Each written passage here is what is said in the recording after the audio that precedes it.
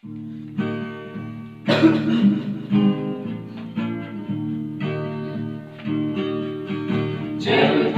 Kristen kala demana saya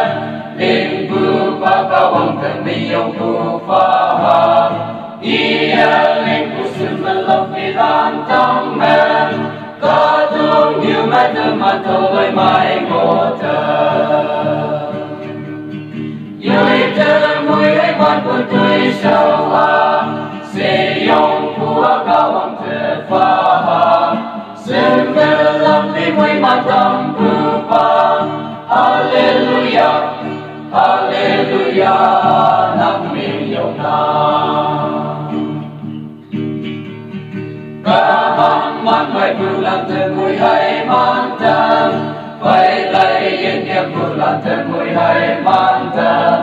Tan kuyan mong yan hamui hai mantan Ida ye kem tu kau mong kamui hai ma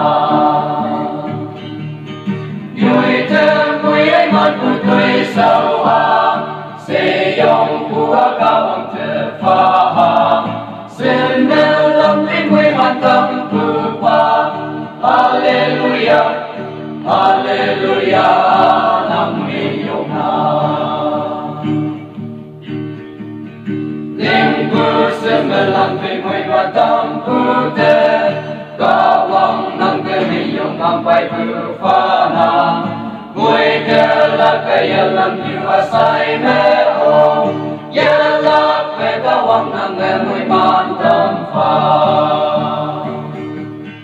Yui temui aiman putui sawa Seyong pua kawang terfaham Sembilan limui matang pupa Haleluya, Haleluya